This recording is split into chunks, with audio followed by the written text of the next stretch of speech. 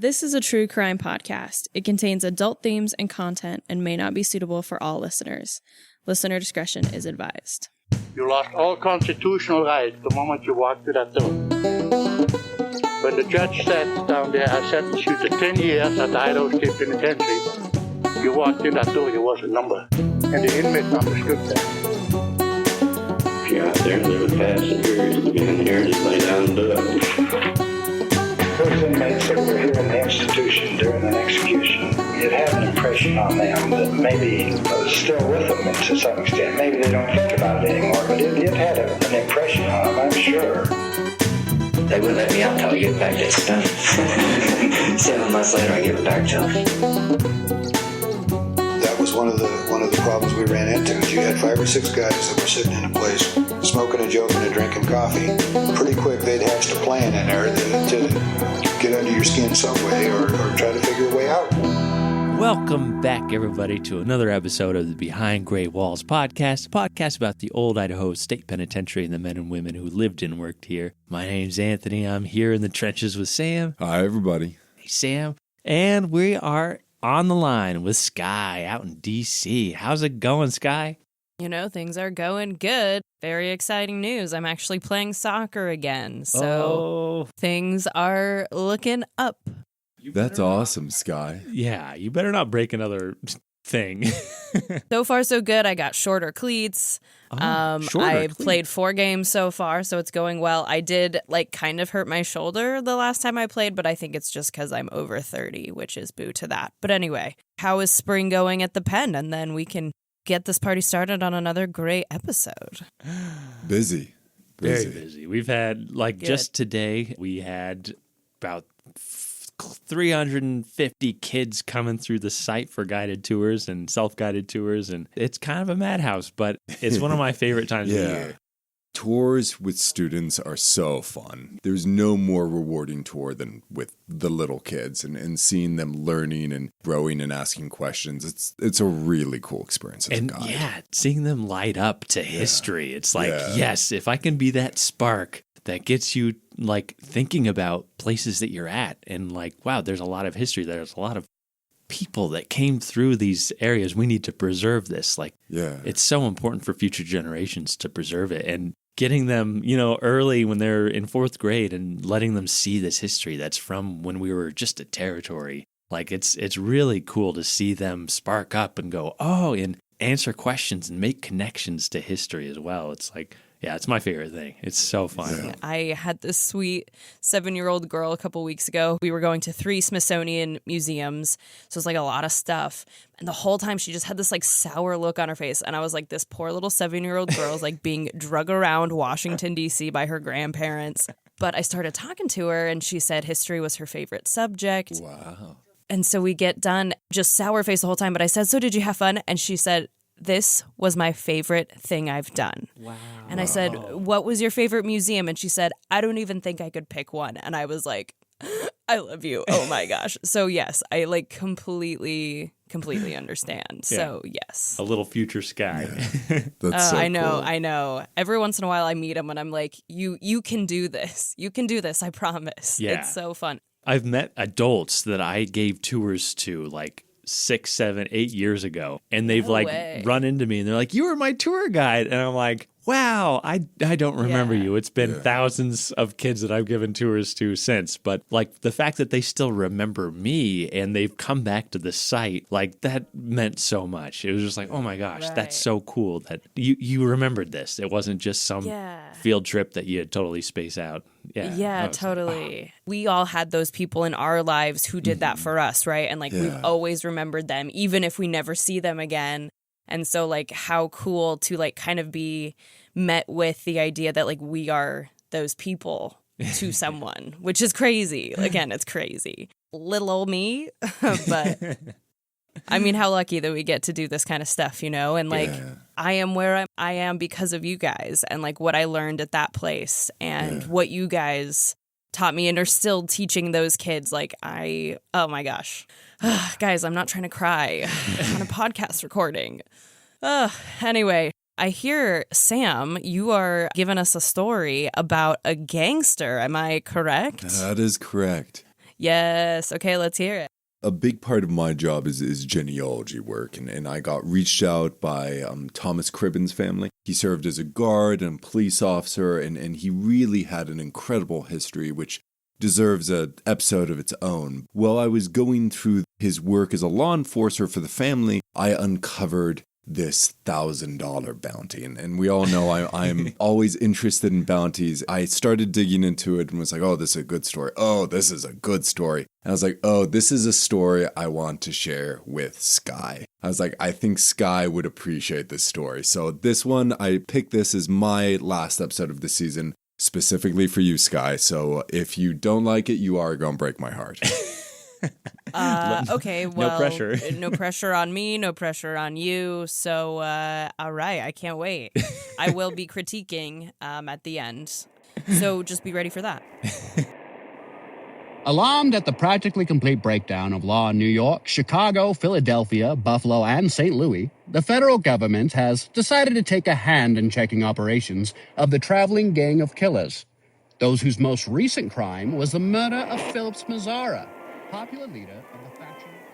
On February 14th, 1929, 4 to 6 men carried out a raid on a garage belonging to Bugs Moran's North Side gang in Chicago. Believing it to be just another police raid, the gang cooperated, assuming they could quickly pay off the officers and return to business. The only problem was that these men, dressed in police uniforms, weren't officers at all.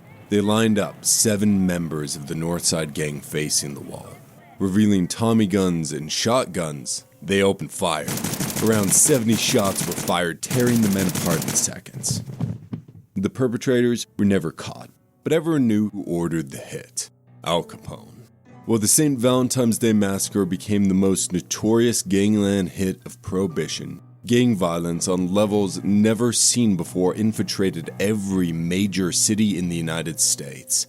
New York saw Italian immigrant crime families divide the city into 5 major territories. In St. Louis, Missouri, battles between 7 different gangs resulted in car bombings, drive-by shootings, decapitations, and killings carried out with the Thompson submachine gun. Chicago became a battleground between Bug Moran's Irish Northsiders and Al Capone's Italian Southsiders. The victory in the end went to Al Capone, better known as Scarface, whose ruthless tactics proved him to not be a man you wanted to cross. But while mobsters killing mobsters shocked the public, the death of a police officer often caused national outrage. On June 25, 1929, a car pulled up to the Ideal Cigar Company in Satin, Idaho, as 2 armed men stepped out and entered the store.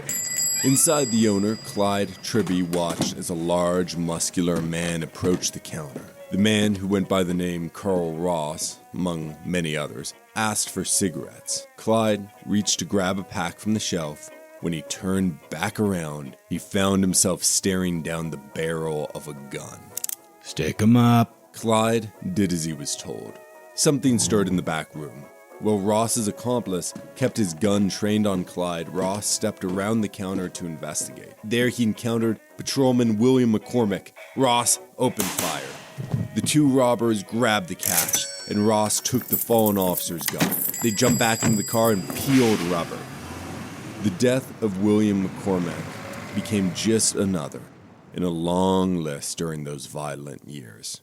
Yet that fact provided no comfort to his family. At 56 years old, he left behind his wife Anna and his daughter Alice and his grandchildren, who would now grow up without him. To Colonel Joseph A. Girk, Chief of Police. Dear Sir, I desire to thank the members of the St. Louis Police Department for their courtesy and sympathy in the loss of our dear father, son, and brother, the late Sergeant Patrick J. Lynch.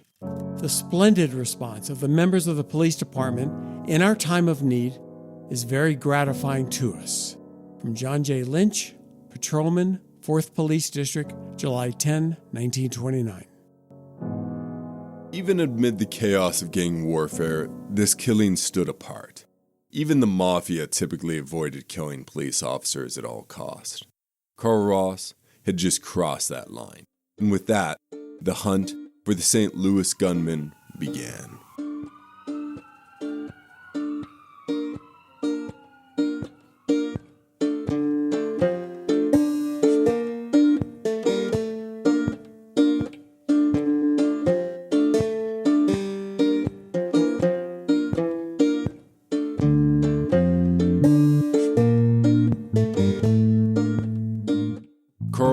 Also went by the names Earl Reed, George Martin, Henry Martin, and Joseph Randall. He worked hard to conceal his true identity, and he did so quite successfully, making him extremely difficult to track. At various times, he gave conflicting informations about his origin, claiming to Idaho authorities that he'd been born in 1900 in New York City. There's also a strong possibility that he was born in Chicago to an Irish family. His death certificate lists his birthplace simply as unknown.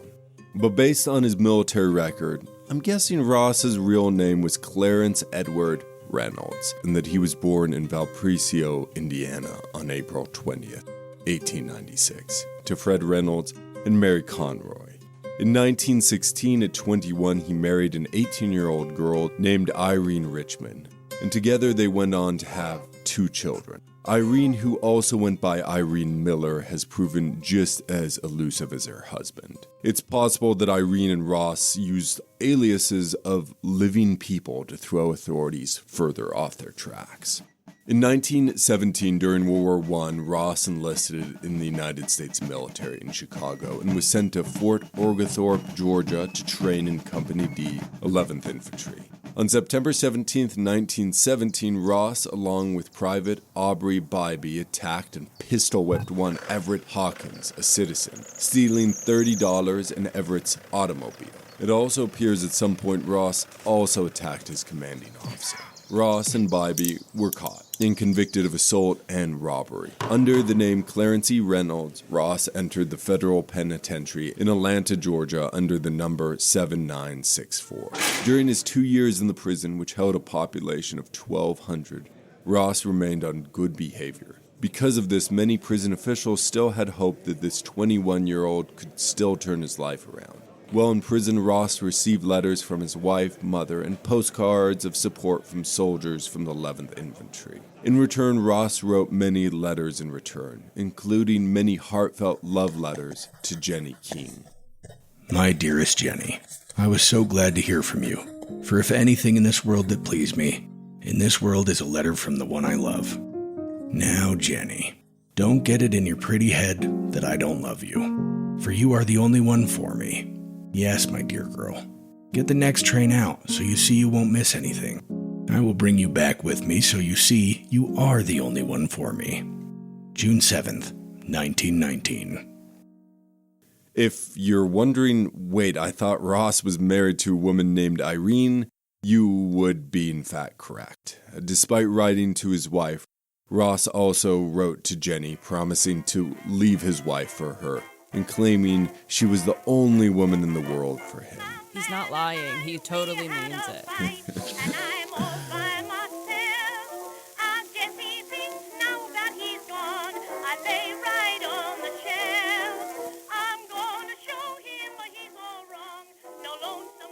Ross and Irene were both very young when they married, and the nature of their relationship is something we can only speculate. The two remained together for years despite the other women in Ross's life.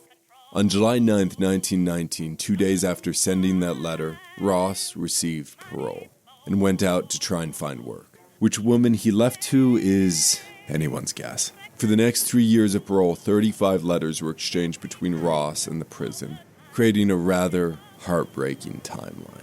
Ross had first found a position as a laborer for 50 cents an hour and worked for several months before being laid off. He eventually found a better job operating a boiler at the Atlantic Steel Company for $1.70 per hour, but he was laid off again. In 1920, Prohibition began as the Volstead Act went into effect. A labor strike on the railroad forced Ross out of work again, and he found he liked moonshine a lot more than he liked low-paying jobs. In one letter, Warden Zurburst reprimanded Ross, not unkindly, for his actions. I'm inclined to the belief from information received that your father's illness is not the only reason you left suddenly and unauthorized, but you were drinking bad moonshine whiskey to some extent. Complaint had also been made that you took an overcoat which did not belong to you, and that your board bill was left unpaid. I regret these things very much because I want you to make good and become a good, respectable citizen. By doing so, you not only benefit yourself, but you help smooth the path for other men to secure the benefits of parole who have run counter to the laws and as a result finds themselves in here. I do not desire your return here, but I want you to brace up and square up any wrong you have committed before you leave Atlanta. Warden Fred G. Zerbst. Despite major concerns about his behavior, the Atlanta prison gave Ross a full pardon on November 9th, 1922. Their worst fears came true. Ross left any assemblage of an honest life behind and dove into a world of bootlegging. But not all of the money came from moonshine. In fact, according to the Chicago Police Department, Ross appeared to earn the most robbing moonshiners in Blue Island, a suburb of the south side of Chicago, where Ross developed a dangerous reputation. Blue Island fell under the influence of mobster Lorenzo Julio, who reported directly to Al Capone. The fact that Ross was willing to steal from Al Capone says about all you need to know about this man. That's a dangerous game. While it's possible Ross was acting independently, not many solo thieves took on Al Capone alone. Based on the crime climate in Chicago at this time, I think it's much more likely scenario was Ross was working for the North Side Irish. Bugs Moran might have given the order for Ross to start stealing from the Blue Island outfit. But gangsters weren't Ross's only target. In January 1929, a man named William Olds traveled to Chicago to attend an automobile show. On his way home to Hartsford, Michigan, he stopped at the Nudo's Indian Inn and oil filling station along the Dunn's Highway in Indiana. There he met the owner, Marie Nudo, as well as two other men lingering around the station, Russell Place and Earl Reed, who we know as Carl Ross.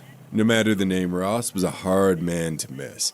A broad, powerful individual with blue eyes, wavy brown hair combed to the side, and a scattering of tattoos across his arms. Olds asked for a room for the night, and the three men struck up a friendly conversation, sharing some moonshine. The next morning, Olds awoke with a mean hangover. He later claimed he had been drugged, though it is just as likely the men had simply got him drunk. He packed up and drove off, eager to make up for lost time. But in Michigan City, Olds decided to check his belongings. The money and jewelry he had stashed in the car were gone. Olds returned with the police to the inn. There, officers not only recovered $1,300 worth of items stolen from him, but also discovered approximately $4,000 worth of stolen goods belonging to other travelers, including silverware and one very expensive rug. All three men were arrested, convicted, and sentenced to the Indiana Penitentiary. Ross, who authorities only suspected of being an accomplice, received a relatively light sentence of petty larceny, just 1 year in prison. Another prominent prisoner in Indiana at this time was a man named John Dillinger. Though Dillinger was still unknown during Ross's incarceration, within 5 years he would rise to become the FBI's Public enemy number one. It is unlikely their paths ever crossed. Ross was assigned to the Indiana State Farm, a decision authorities likely came to regret. Ross easily escaped within a short time of his arrival. He went on to meet up with a man named Eugene Ware. Later, Eugene Ware gave the officers a long and not entirely accurate confession, in which he blamed his downfall directly on booze. I had a good job, but I couldn't leave the booze alone.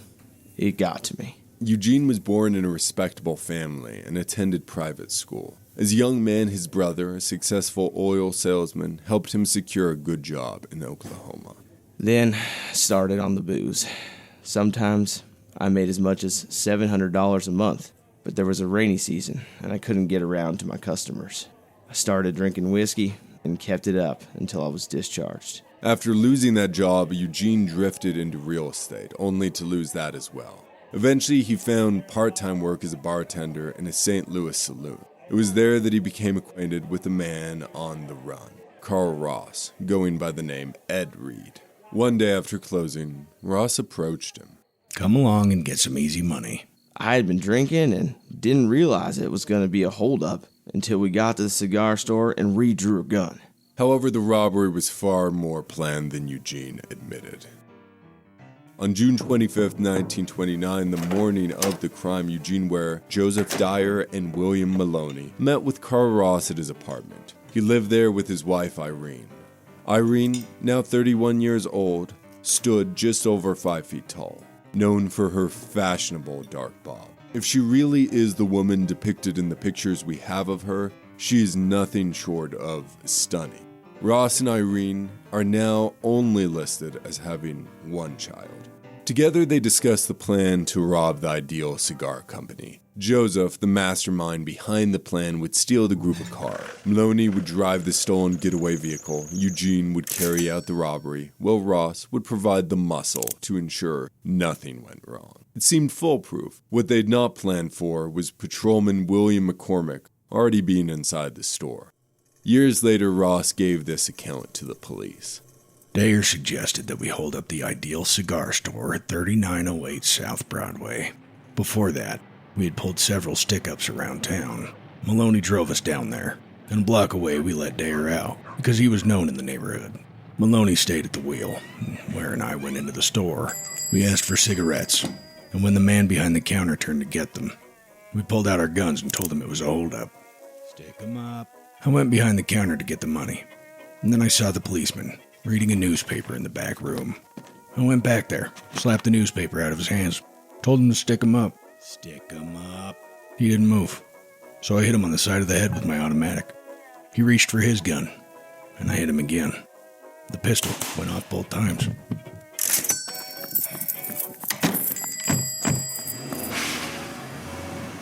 I had to kill a policeman.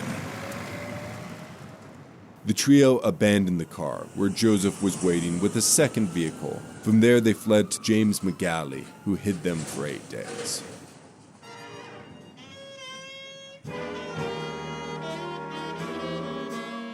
On July 2nd, Margaret Farrell, Maloney's girlfriend, went out dancing. After drinking heavily, she made a startling admission. I know the men who shot and killed Patrolman McCormick.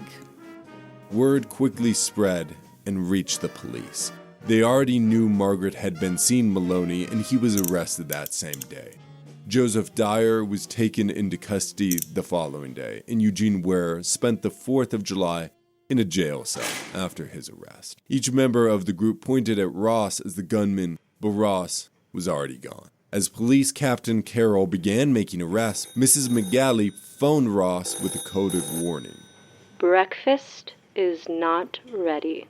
That was all he needed. Ross, along with his right-hand man, Winfield Seaman, known on the streets as Windy, quickly fled the city, running like the wind. They made it as far as Richmond, Indiana, before their car broke down. The two men split up. Ross headed west, while Windy returned to Chicago, the Windy City. Stop that.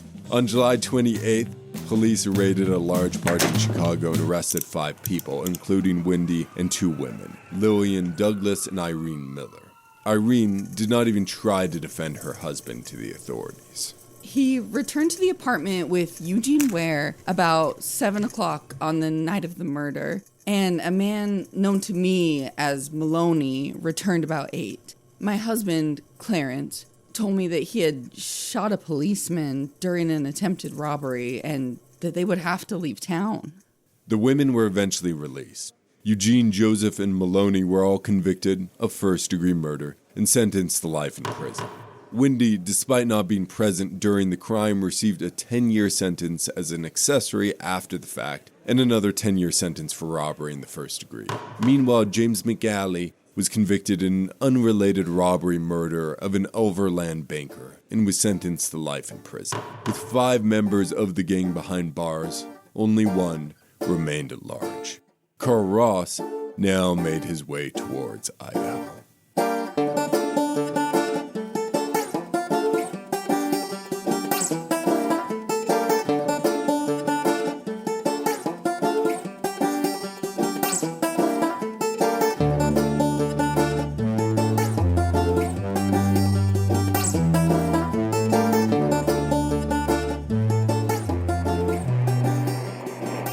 Wanted for murder, Earl Reed, alias Reed, R-E-I-D. Age, 29. Height, 5 feet 11 inches. Weight, 212 pounds. Heavy build, brown hair, blue eyes, fair complexion.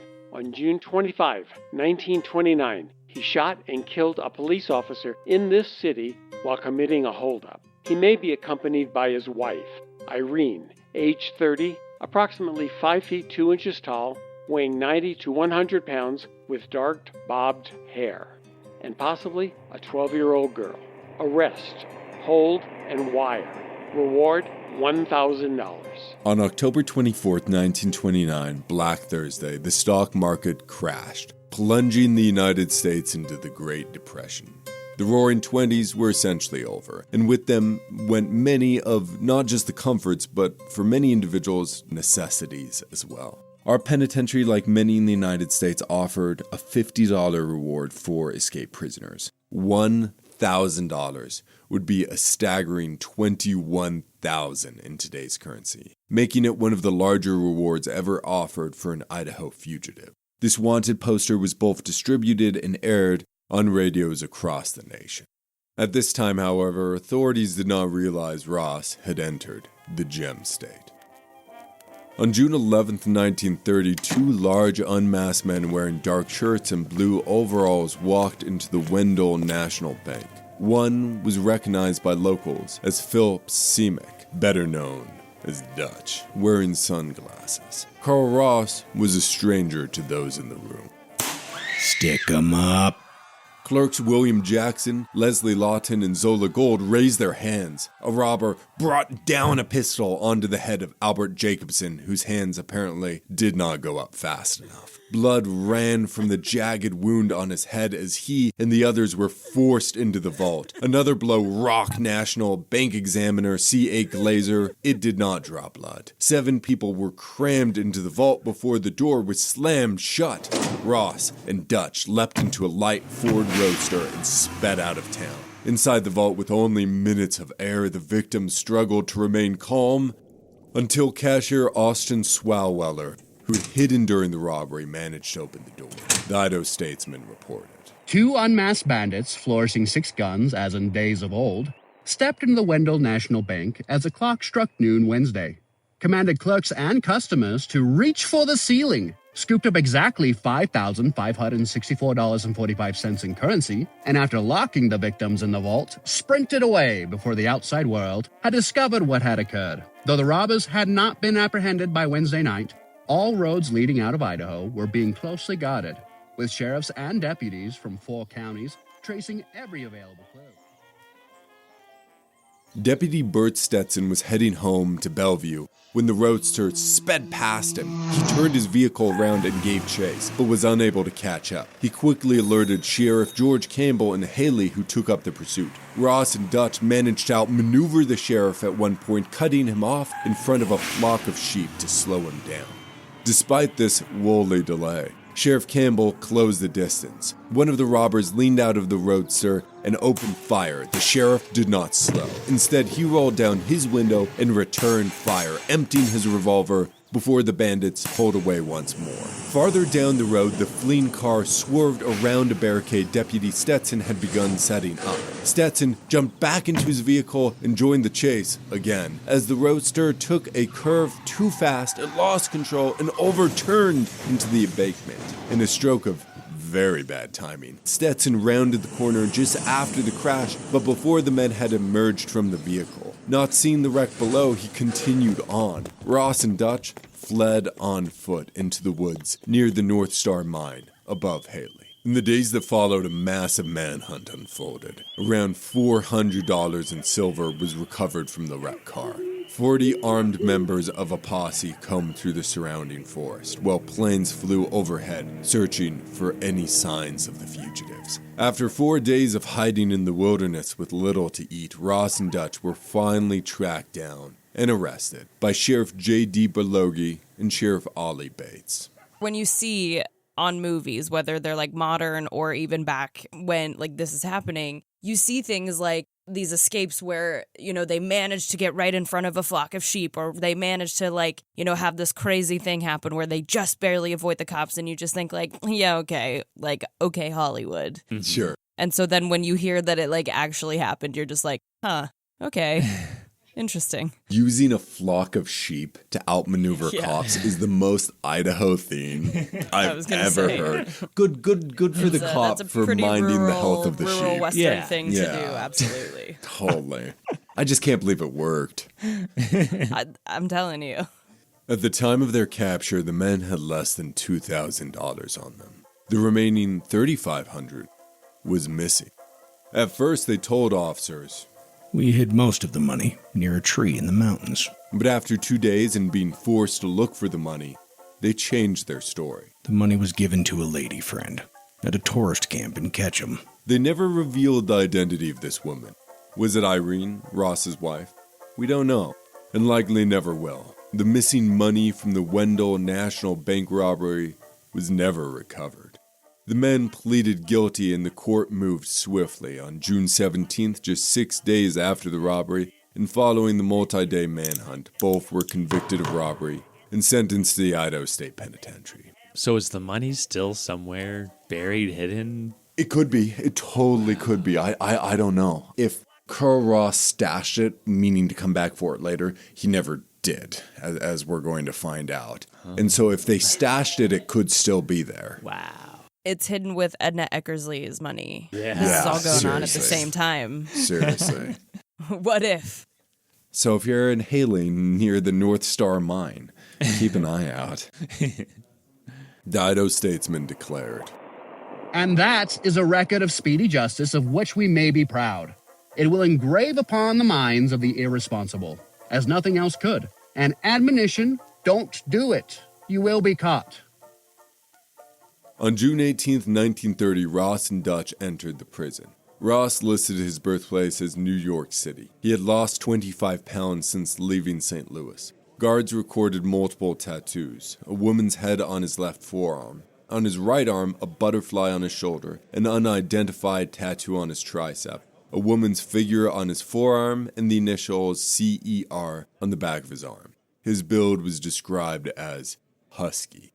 For those who want a visual comparison, he was remarkably close to my own build, though I don't know that people describe me quite as muscular as the many witnesses described Ross. We are about the same height and roughly the same weight, at least during his St. Louis days, and the same eye color. Anthony and Skye, you'll never guess what he put as his occupation. Shepherd? I know, I was going to say that, yeah. Movie theater operator. Bootlegger. Wow. I know. Wow. I know. Okay. No shame. This is 1932? He's honest. He's an honest guy, you know? Yeah, 1930, and he just like, I'm a bootlegger. Bootlegger and laborer. That's what he put. Huh. The prison gave him the number 4237. Ross would not serve his full sentence in Idaho. One of his pistols used in the Wendell robbery was traced back to Patrolman McCormick. Though Ross had filed off the serial number, he had missed a secondary marking. Even more damning, his fingerprints proved to be an exact match for Earl Reed. A letter from the St. Louis Police Department reads, Dear Mr. Wheeler, please accept the sincere thanks of your entire police department of St. Louis for the information in your letter of June 28, 1930, that Carl Ross, register number 4237, our Earl Reed, alias Clarence Reynolds, etc., is behind the bars of the Idaho State Penitentiary in Boise. This is the best news we have had for some time, Reed having escaped following the wanton murder of our patrolman, William McCormick, on June 25th, 1929. Despite confirming his identity relatively early in his Idaho incarceration, it took more than a year to arrange his transfer back to Missouri. During that time, Ross may have been housed in several spots. territorial cell house, the new cell house, 2-house, or the newly converted 3-house. With 391 prisoners in Idaho, they needed every cell they had. The Idaho Penitentiary had expanded to include a trustee dorm across from the women's ward, and over 523 acres for the Eagle Island farm. Still, it is likely Ross saw little beyond the yard and his assigned work areas, possibly the shirt factory. Warden Richard Thomas did not hide his feelings about this prisoner when corresponding with the St. Louis officials. We are very anxious to cooperate with you, and should you have a hanging case, we would be glad to get him released to your custody so that he might be taken back to Missouri and hanged. You work up that case, and I will gladly help you to the limit that in the end, justice might be meted out to this bum.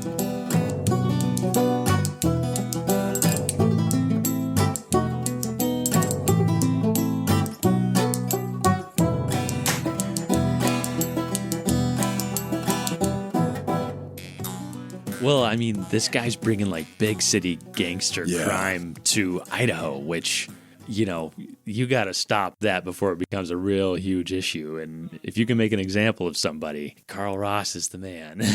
And he killed a police officer, and not in like a self-defense way either, just like shooting at a seated police officer in another room. Yeah.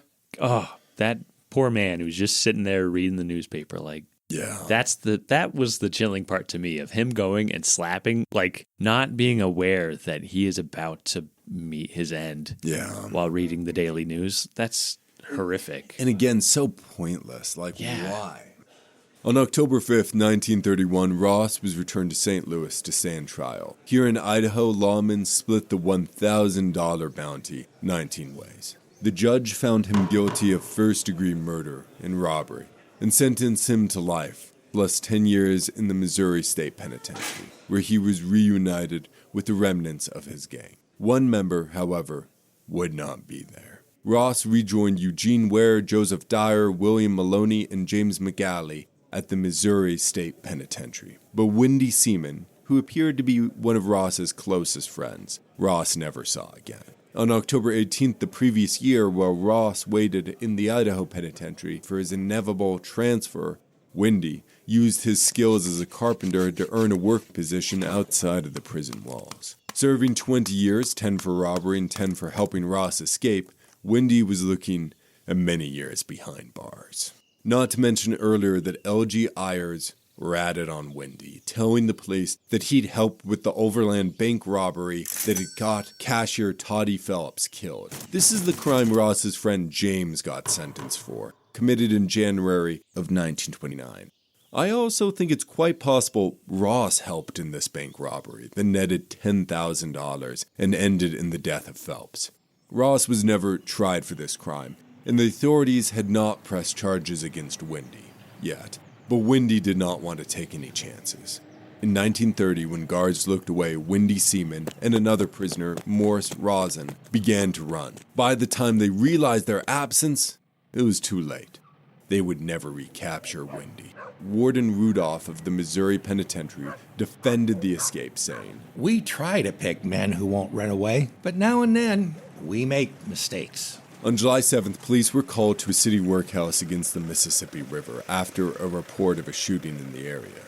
When the squad car arrived, they spotted 3 men struggling to carry something to the river. The officers, led by Detective Arthur Huth, gave just one warning. "Stop, or I'll shoot!"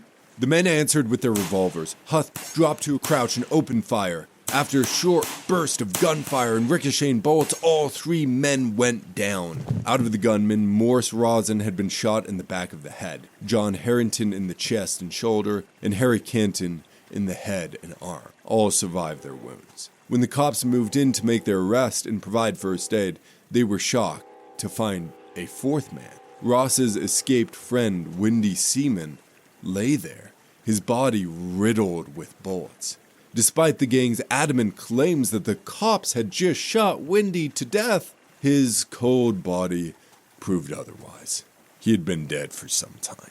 His own gang was attempting to dump it when approached by the officers. Later in the interrogation room, Morris told the detectives the story of why they'd murdered Wendy Seaman at a mafia resort called Mac's Place.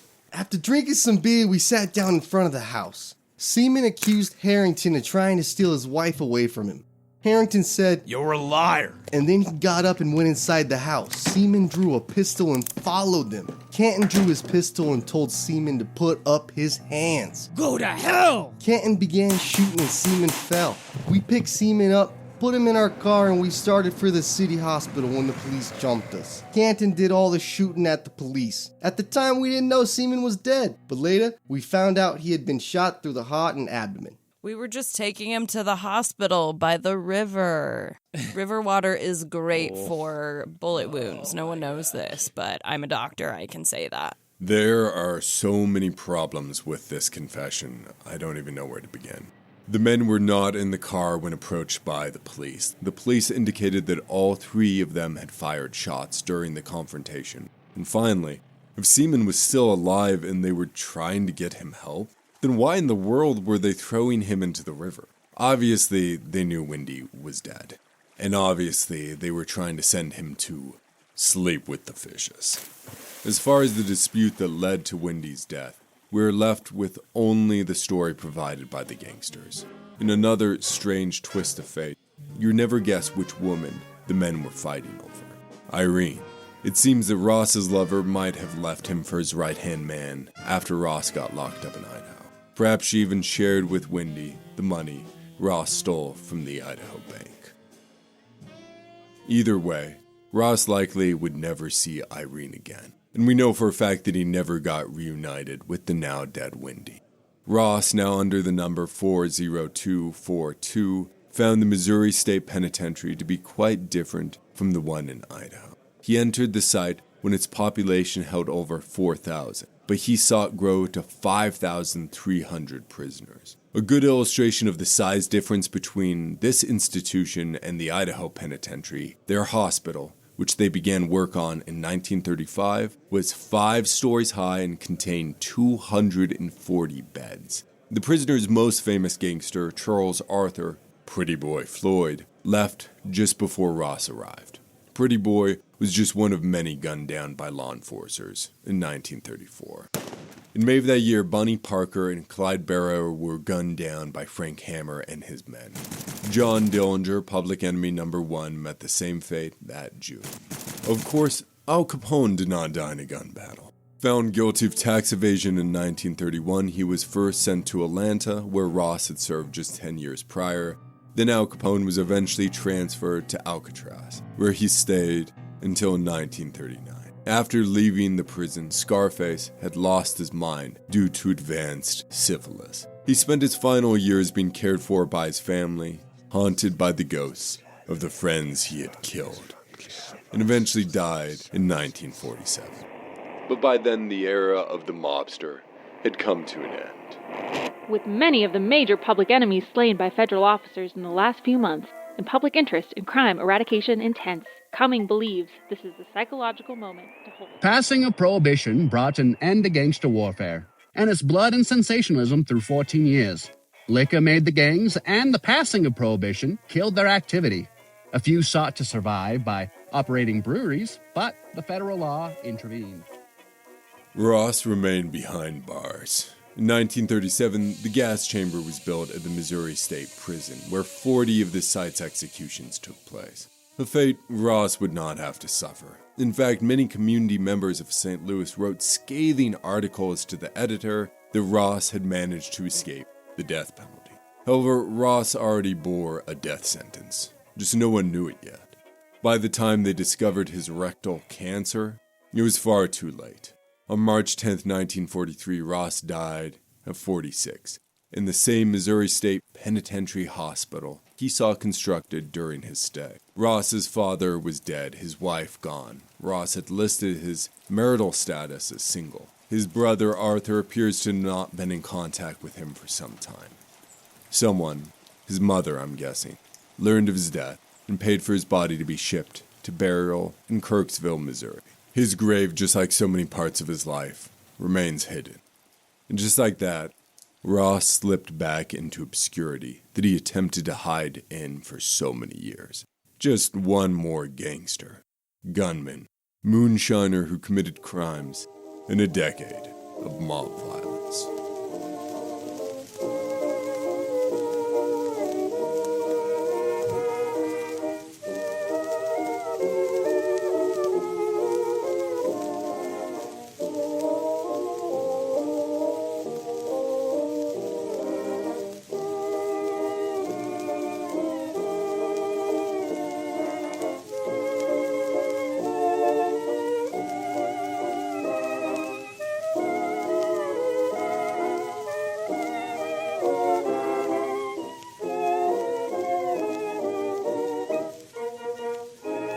My sources for this episode today are newspapers.com, ancestry.com, familysearch.com, findagraves.com, Carl Ross's Idaho prison file, Clarence Reynolds' Missouri prison file, Earl Reed's domestic registry, St. Louis City, Clarence Reynolds' Atlanta, Georgia prison file.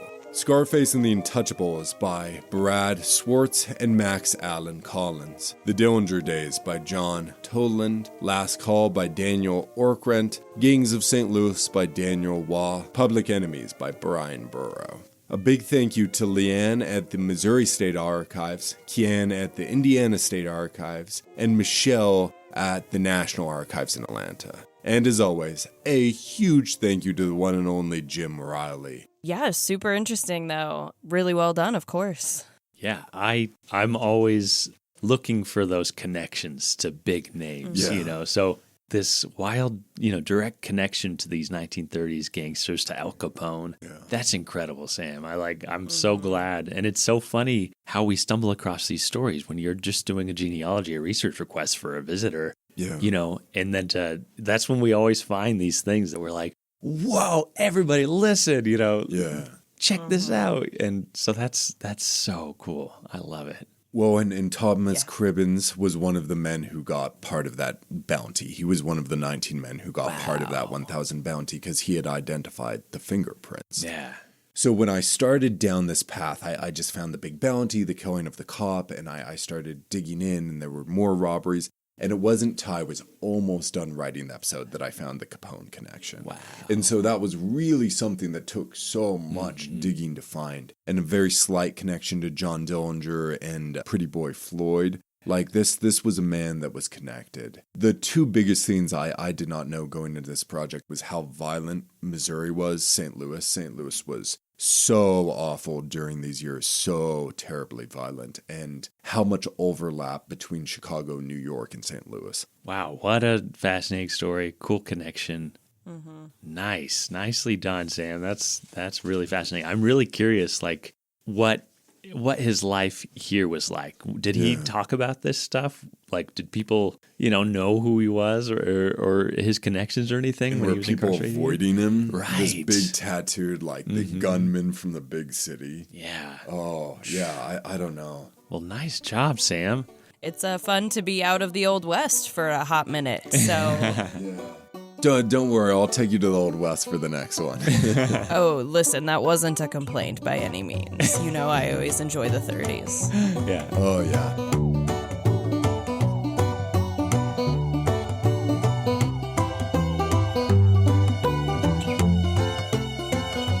Well, Skye, I hear your episode is also going to be pretty intense today. Yeah, maybe not quite as intense as that. Not quite as long either, but an interesting story. And it comes a little bit after yours. In fact, right around the time that your inmate's crime is happening is when my inmate is born. So I am covering number 10184, Lucille Haram. It's spelled Haram. Obviously, I've only ever read this name. It could be Haram, it could be, there are probably some other pronunciations, but I will just probably go with Haram, but I'm not sure how it's pronounced. She was born Lucille Banks on February 15th, 1931, or 1932. Most records say 1932. Her mother said 1931. One of those would seem to know better than the other, but within a year of each other. She was born in Oklahoma City, Oklahoma, to a man named Gordy Banks and his wife, Lizzie Patterson Banks. They were both African Americans who hailed from the southern United States. Lucille was third of 4 kids, and she had an older sister and older brother, as well as a younger brother. And there was only 6 years between the oldest sibling and the youngest sibling, so they were all probably pretty close growing up. According to both her and her mother, her father Gordy left the family when Lucille was very young. And the 1940 census is the only one I could find her in. She's roughly 8 to 9 years old at this point.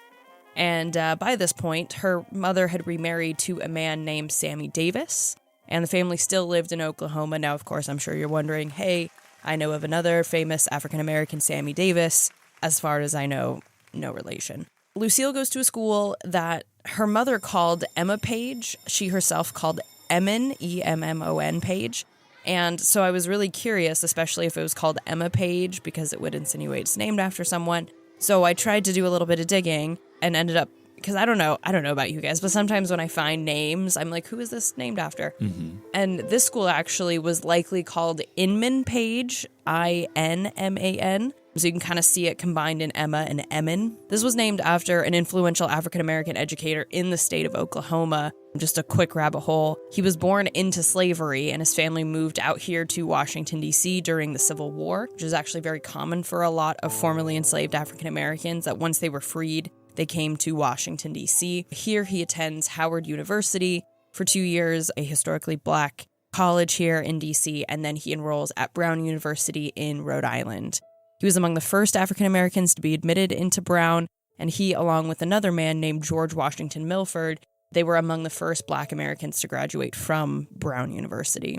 He then moves to Oklahoma in 1898 after being named the first president of the Colored Agriculture and Normal University in the all-black town of Langston, Oklahoma. And here he worked hard to recruit students and expand the school. He ended up working there for 17 years, then served as president at 2 different black colleges in the 1910s, one in Georgia, one in Tennessee, before returning to Oklahoma and working as principal in Oklahoma City and eventually becoming the supervising principal of the city's separate school system. So he, of course, is working at a time when schools are segregated by race. They don't become desegregated until Brown versus Board of Education in 1954. And so he's working in the segregated school system. Anyway, little tiny rabbit hole. She goes to the school till 5th grade, and that's all the more school she attends. So she essentially has an elementary school education. And Lucille's mother stated that she generally had a good home life, but not a lot more details on that. She first left home in 1946 or 1947 when she was roughly 15 years old, again, according to her mother, to get married. And her intake form stated that the last name Haram was from her first marriage, but I didn't have any access to any available records to figure out who this first marriage was to. Then, according to her mother, in 1949, Lucille moved to Arizona, which I think is where the rest of her family had also moved. And by this point, I don't know what the status of her marriage is. Then, in 1951, she moves from Casa Grande, Arizona to Phoenix, Arizona, which is where her mother lived, and so likely again moved to be with her family. So yes, in 1951, Lucille moved from Casa Grande, Arizona to Phoenix, Arizona, which is where her mother lived, so again, probably moved to be with her family.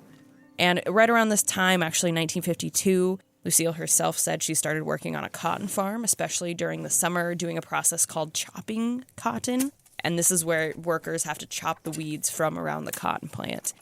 So she's there doing that work. However, it is also in July 1952 that Lucille first gets on police's radar. She is arrested in Chandler, Arizona, just southeast of Phoenix, for disturbing the peace. And with this arrest, she's using the name Lucille Hardiman. It's unclear if the name Hardiman is another married name or just an alias she used upon her arrest. Later that year, she was arrested in El Paso, Texas, still using the last name Hardiman. In July 1953, she is arrested again in Chandler, this time for an investigation of an assault with a deadly weapon. Still under that name Hardiman, this charge is eventually dropped. Then in April 1954, she's arrested in Riverside, California for violation of the Rooming House Act under the last name Hardman, Hardman, whereas Hardiman had an E in between Hard and Man. Now, with the name of the Rooming House Act, my first assumption was that it was something related to sex work, but after looking into it, usually from what I could tell, Rooming House Act violations sort of regulate what landlords can or can't do. So sometimes it has something to do with how many people were allowed to stay in a space for it to be considered a rooming house. So maybe there were too many people. So I'm not really sure what that arrest for that violation was for. The authorities noted on her intake form that she admitted that the arrest in California had actually been for being found in a room with a man at night, but she couldn't remember what the charge had been called. Weirdly, in a similar charge, if this sort of being found in a room with a man at night is what the California charge was for, she was arrested later that year, so later in 1954, in Rupert, Idaho, for lewd cohabitation under the last name Banks. And usually in Idaho, the charge lewd cohabitation meant living with a significant other or sexual partner outside of marriage. You know, kind of unclear with both of those. And then lastly, in April 1955, she is arrested for a third time in Chandler, Arizona, this time for fighting and disturbing the peace under the last name Hodge. Now, even with all of these arrests and charges, she never served more than 2 months on any of them in like a county jail. And usually more than anything, she was just let off with a fine. I'll also note that I'm not totally sure why she was arrested in so many different states, or what took her as far north as Rupert, Idaho. Of course, Arizona, way down south. Riverside, California is right near Los Angeles, which is generally not too far from Arizona. So what it is that brought her up here, it is unclear. And by up here, I mean Idaho, like I still live there. In roughly March or April 1958, Lucille returned to southern Idaho, where she briefly worked chopping beets on a farm outside of Preston, Idaho. So probably doing similar process to chopping cotton.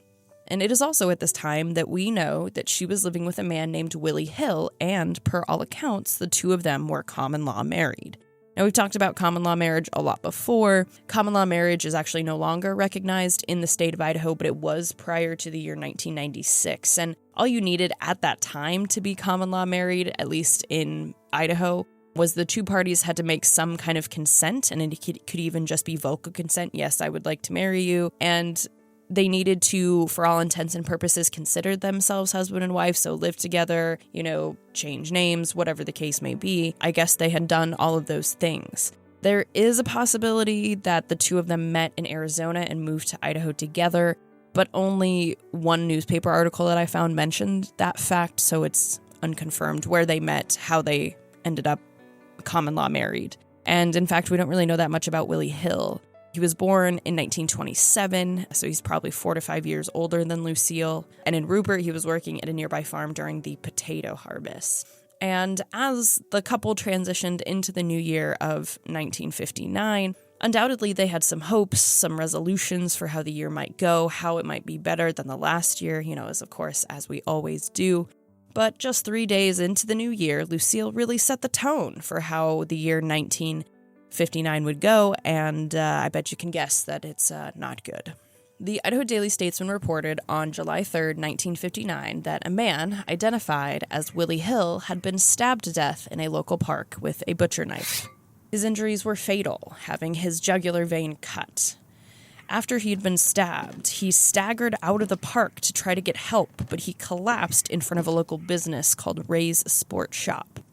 The stabbing had been witnessed by several people who had been near or in the park at the time, and in my notes I said undoubtedly just trying to have a nice time at the park as this man staggers into the park and collapses. And all of those witnesses had identified a woman who the newspapers named Lucille Hartman, Hartman, as the perpetrator. The witnesses said the stabbing had been a result of an argument, though no one seemed to know or give any details of what the argument was about. One man said he saw the woman's hand move toward the man's throat, but he hadn't seen a knife. He had seen that she had cut him, but not seeing a knife, he actually had assumed it was a razor blade. Lucille Hartman, of course, is our Lucille, who would eventually give her name to our prison authorities as Lucille Haram. So she's taken to the Minidoka County Jail and held on a first-degree murder charge. Her preliminary hearing began on January 7th in front of probate judge George Redford. One witness was a doctor, O.E. Molmer, a local physician who testified to the fatality of the wound that Willie Hill had received. He said that Willie's injury was a single incision made by a butcher knife, quote, about 1.5 inches below and behind the collarbone on the right side. And since I wrote it, I was just looking over my notes. I've been trying to figure out what that means, 1.5 inches below and behind. And so I'm wondering, the trajectory is almost up or either down in order to get behind the collarbone and underneath it. But it would seem like up is probably, so I don't know, kind of odd. Regardless of how I'm imagining it, Dr. Molmer confirmed that Willie Hill's jugular vein had been cut and nothing short of immediate surgery could have saved him. The next day, the Twin Falls Times-News reported the new detail that the argument was allegedly, quote, over Hill's relationship with a white woman in the Rupert area, end quote. Unfortunately for them, though, the next day they had to make a correction with a small article titled, quote, no reason, end quote.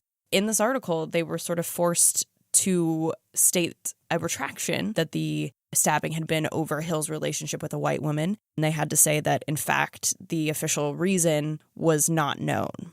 And this article quoted Charles Creason, the retiring prosecuting attorney, and he was on this case. This was kind of his last case. He did it along with the elect prosecuting attorney, or prosecuting attorney-elect. I don't know which way to say that. But anyway, this prosecuting attorney said, quote, nothing has been brought out in any testimony and no officer has made any such statement, end quote. Because there never seemed to be a reason given behind the argument, eventually authorities were forced to bound her over to trial on a second-degree murder charge rather than first-degree, which is what they had originally charged her with. Then, about 2 weeks later, on February 3rd, Lucille pleaded guilty to involuntary manslaughter because there wasn't enough evidence to prove premeditation for murder. And again, it just doesn't really sound like they have a lot of other evidence. And so she was able to plea bargain to a lower charge. 10 days later, on February 17th, 1959, she was sentenced to 10 years at the Idaho State Penitentiary, and she was immediately taken to Boise to begin her sentence. So she enters, again, February 17th, 1959, just 2 days after her birthday. Her occupation is listed as farm laborer, eyes brown, hair black, and again, listed on her intake form, her complexion is dark Negro. Her height is 68.5 inches, which would actually make her about 5'8", so relatively tall. Weight 154, age 27, build tall. She was vaccinated, no tattoos, no drink. She did smoke. She did not gamble or do drugs. Her religious affiliation was listed as Pentecostal. Education, quit in 5th grade. And her Idaho residence had been about 7 months.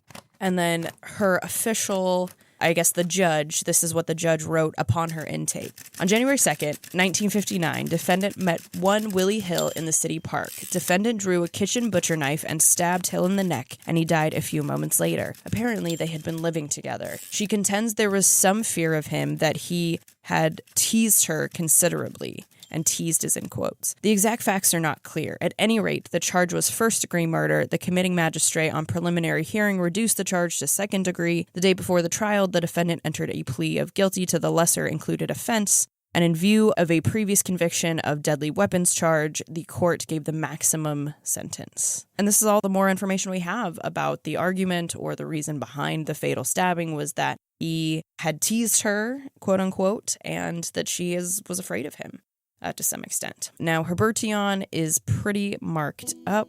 So let's see. She's got scars. Moles listed. Her teeth is listed as fair. She does have a vaccination scar. Scars all up and down her legs, but no other necessarily defining marks that we might see. Her intake form also included her description of how the crime happened, which is the first time that we hear from her side. So this is what she says. A man by the name of Willie Hill and I lived together as common law man and wife for 1 year at Rupert, Idaho. On January 2nd, 1959, Willie gave me a whipping and then went downtown. He told me before he left for town that he would kill me as he did his first wife. I knew a man by the name of Jim Williams and knew that they were at my house. He would probably protect me against Willie, so I went out looking for Williams to take him home with me. I found Williams at the bar, talking to some people, and I asked him to come back home across the park. Willie saw me and came after me. He caught up with me in the park, and we started to quarrel. He took his knife out of his pocket and started for me. I had a kitchen butcher knife, which I brought from home to protect myself against Willie. I told Willie I had the knife. He kept coming toward me, and I struck him with the knife. I think I must have struck him the second time. He then walked away, and I walked away. I did not know he was dead until I was arrested. I was arrested at my home on the evening of January 2nd. And then she goes on to say she'd been charged with first degree, given down to second degree, and eventually pleaded to involuntary manslaughter. And this is really the only time we hear her perspective, so I did want to mention that as well. The Minidoka County prosecuting attorney around the same time wrote that even though Lucille and Willie were living together as husband and wife, there was no evidence that her first husband, who may have the last name Hardiman or that last name Haram, there was no evidence that her first husband had been divorced from her or deceased. And this is, again, the only other fact I've heard about her first marriage. This prosecuting attorney also said that Lucille should not, in his opinion, be placed on parole for a quote-unquote considerable length of time, end quote. The women's ward was pretty full when she came in, including a few inmates who'd been in the penitentiary for nearly a decade, including Elizabeth Lottie Lacey, who'd been in for first-degree murder in 1949, and Edie Mae Gooch Howery, who had come in 1951. This is now 1959. When she comes in, she's one of 13, so we're at probably 2 women per cell. Very soon after she enters, another inmate, Ernestine Wanda Paul, had been released. And 1959 overall was an incredibly busy year in the women's ward. 9 women entered the prison that year, and only 4 would leave, which doesn't sound like a lot on the face of it, but for Idaho and the women's ward in 1959, this is one of our busiest times for the women in that ward. Soon after her intake, her mother sent in a survey on which she answered some questions about Lucille's childhood and life. According to her mom, she was generally friendly and kind. She liked to swim and dance for fun. At least growing up, she had wanted to be a singer. So, just a normal person, really.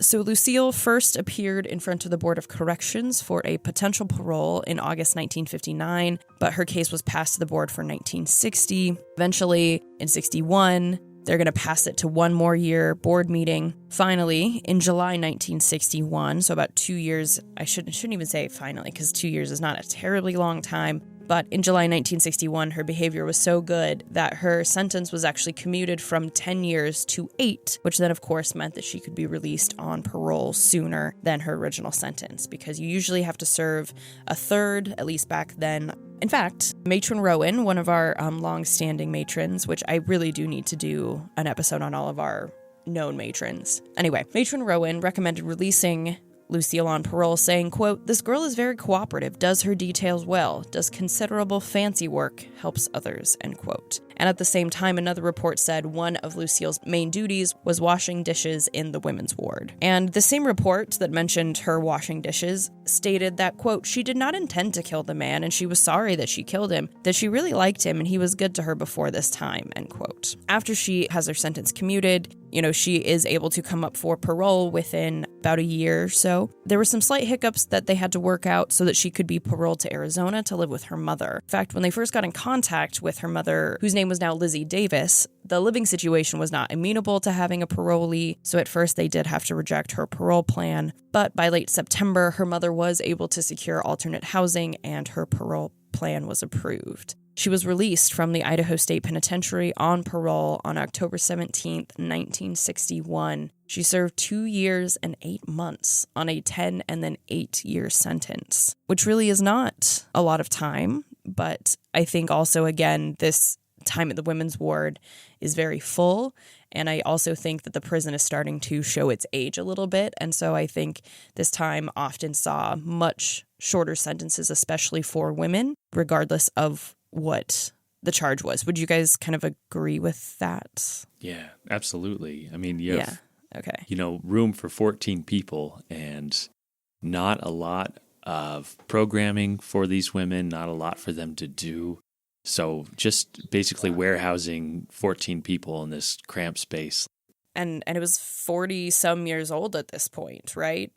That building as is built in the 1920s. Yeah. And so what we're going to see, another inmate I'm covering, I think, will actually get transferred to Nevada because our ward was so outdated. And so I think that's probably the beginning of that decade where they're starting to notice that. It does seem like a really short sentence given that she did take someone's life. But as far as we know, she returned to Arizona, and there she stayed until authorities at the Idaho State Penitentiary received word from her parole officer in Arizona that he hadn't heard from her in 3 months. He was writing on February 26, 1963, that he hadn't seen or heard word of her since November 1962. He said, quote, "We have checked all the people and places known to her, and no one has seen her. We have also checked with the police, and there are no arrest reports on record," end quote. Then about a week, she had been found, declared a parole violator, and returned to the penitentiary on March 4th, 1963. We don't know where she had been found, what happened to declare her a parole violator, and we actually really don't even have any documentation on her stay after she returned. We only know that about a year and a half after she entered, once again, on October 22nd, 1964, she was reinstated on parole and then granted final discharge that very same day. Again, I wonder if for the very same reasons. And that is it. I couldn't find any records of her under any of the known names I have for her after her final release.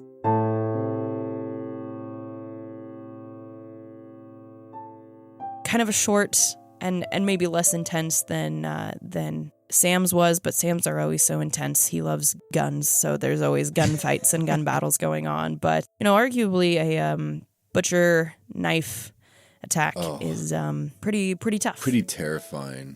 Yeah. So my sources for this one, again, not a lot. I didn't do my normal deep dives, but sources were her inmate file, of course, from the Idaho State Archives. We love them. We're grateful for them. Newspapers.com records, Ancestry.com records, information on Inman page found on the Encyclopedia of Oklahoma History and Culture at the Oklahoma Historical Society website. Shout out to another state historical society. We love you. We are one of you. The definition and requirements of common law marriage from the Idaho Supreme Court. And that is it for my penultimate inmate from this season.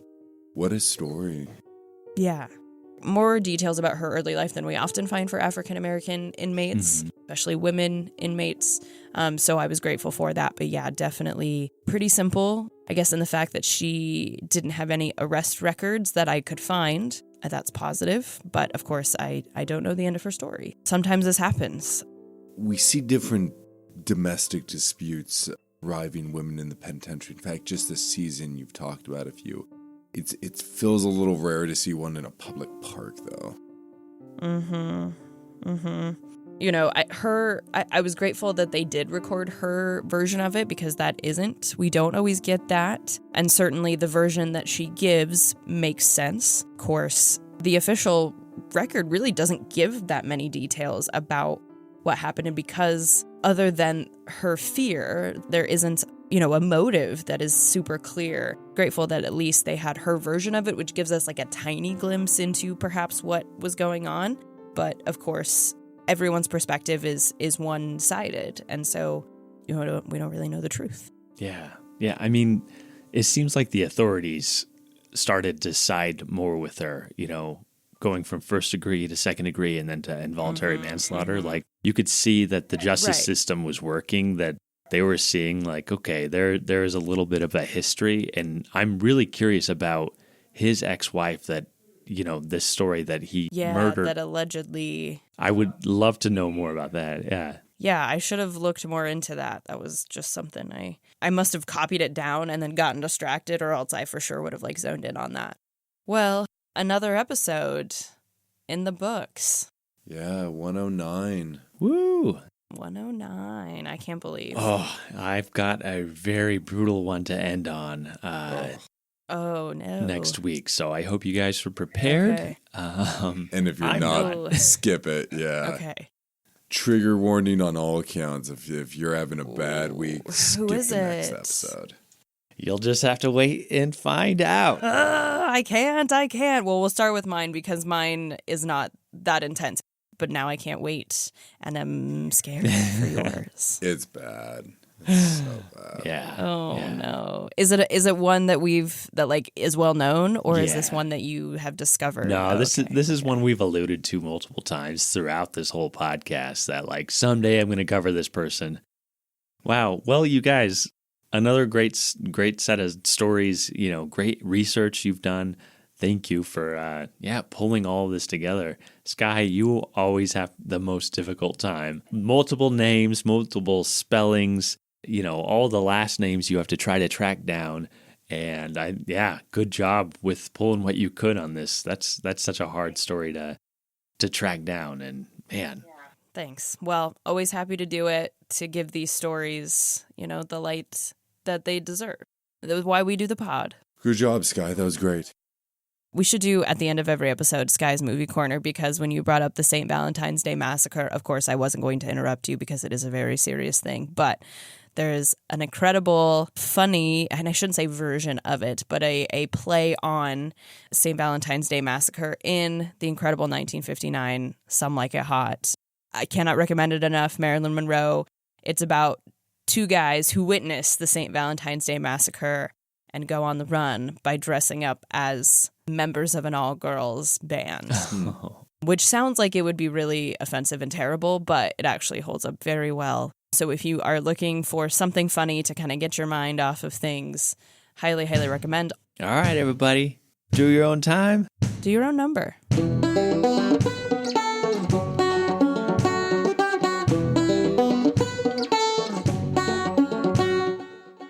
Special thanks to voice actors Jake Jepson, Draven Brown, Olivia Copen, Jerry Broad, April Clark, Rob Goodwin, Kane and Shawnee Scaffer, Jack Horcade, Virgil Clark, and Emily Blair.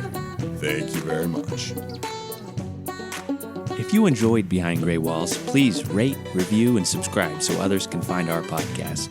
If you're interested in more Old Idaho Penitentiary information and to see mugshots of the inmates featured in this episode, follow the Old Idaho Penitentiary on Instagram and Facebook.